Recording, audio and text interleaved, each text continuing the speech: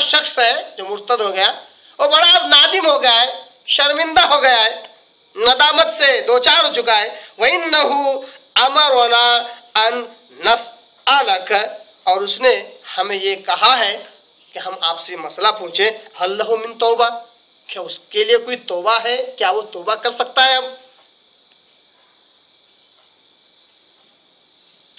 یاد رکھیے یہ مسئلہ ابھی تک واضح نہیں ہوا، اس سے پہلے کبھی ایسا مسئلہ آیا نہیں ہے.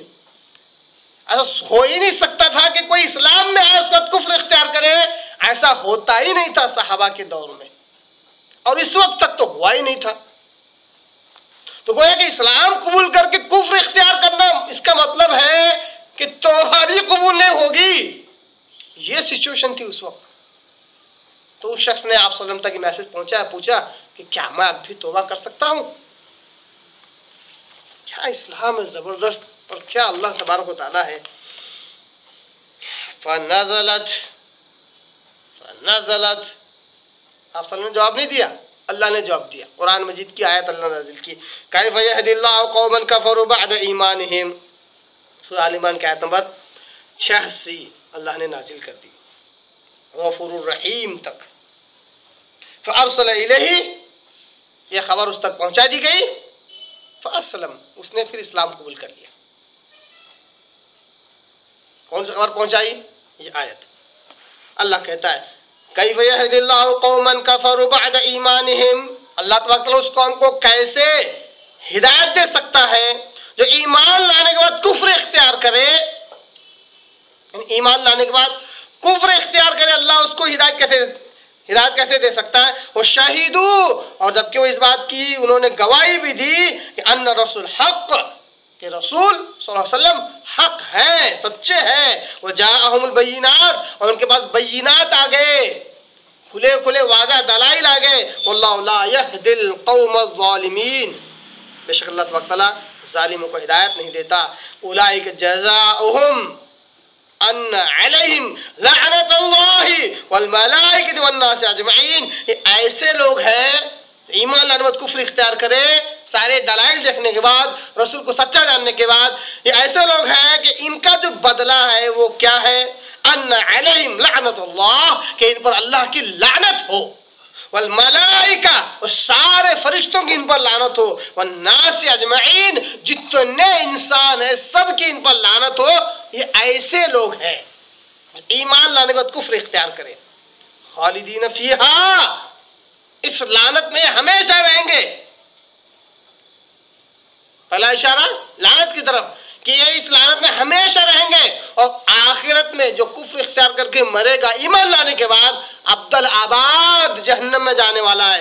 لا یخفف عنہم العذاب، اور ایسے جہنمیوں کے اوپر سے عذاب میں کسی قسم کی کمی نہیں ہوگی. ولا هم ينظرون، اور نہ ہی کچھ مہلت دی جائے گی. یعنی عذاب لگاتار ہوتا رہے گا، لگاتار ہوتا رہے گا، اس میں ذرا بھی نہ کمی ہوگی، نہ کسی قسم کا اس میں روک ہوگا، نہ مہلت دی جائے گی. پہلے اللہ نے یہ بات بیان کی تاکہ ارتداد کی سختی سمجھ میں آ جائے، مرتد ہونے کی جو سختی ہے وہ سمجھ میں آ جائے. اللہ نے آیت نمبر 88 میں یہ بات اللہ نے سب سے پہلے بیان کی. کیوں؟ کیونکہ اسلام میں مرتد کی جو سزا ہے وہ قتل ہے. مرتد کی جو سزا ہے وہ قتل ہے، قتل. اگر کوئی اسلام قبول کر کے مرتد ہو جائے اس کی سزا قتل ہے. اس سے پہلے کہ درس میں میں نے باقاعدہ بتلا ہے کہ اسلام قبول کر کے جو مرتد ہو جائے اس کو قتل کرنا کیوں واجب ہے، کیوں ضروری ہے.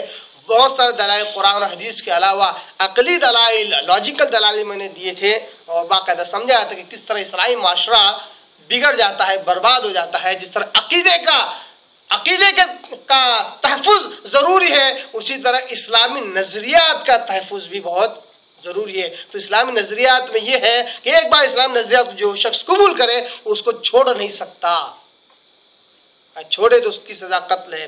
تو یہ مطلب آگے اللہ نے کہا آیت نمبر 89 کے اندر الا الذین تابوا.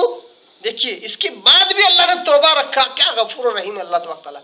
واقعی اللہ تعالیٰ آگے جو بولتا ہے کہ اللہ غفور رحیم ہے تو واقعی اس کی شان کے لائق ہے. بالکل اسلام قبول کر کے اسلام میں رہ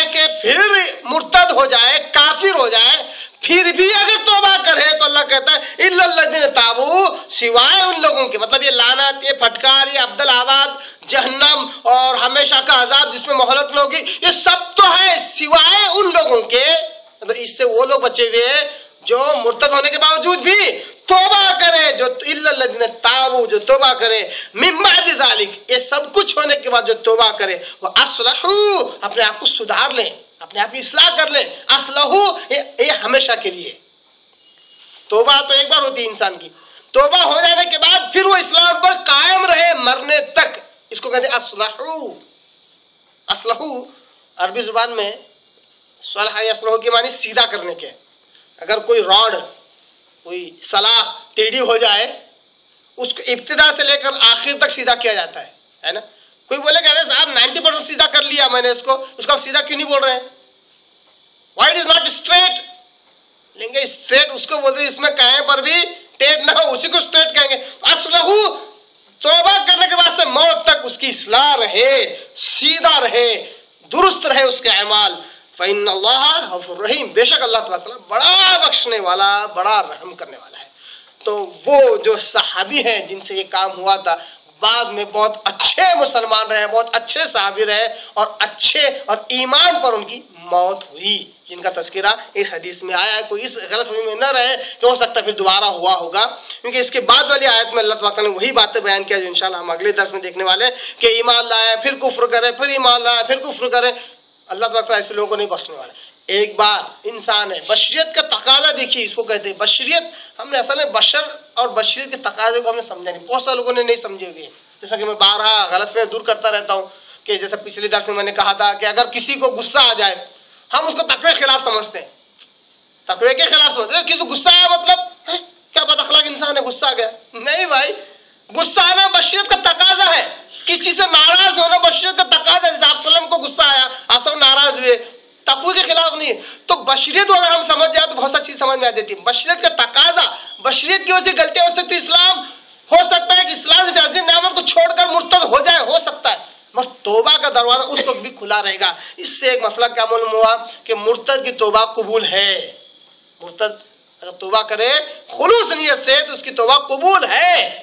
بہت سارے لوگوں نے یہ فتویٰ دیا کم علمی اور جہالت کی بنیاد پر کہ ایک بار اسلام چھوڑ دیا، کافر ہو گیا، اس کی توبہ قبولی نہیں ہے، اس کو ڈائریکٹلی قتل کر دو۔ نہیں، اگر مرتد خلوص نیت سے توبہ کرتا ہے تو اس کی توبہ قبول ہے۔ اس کی دلیل یہی آیت ہے، یہی آیت ہے۔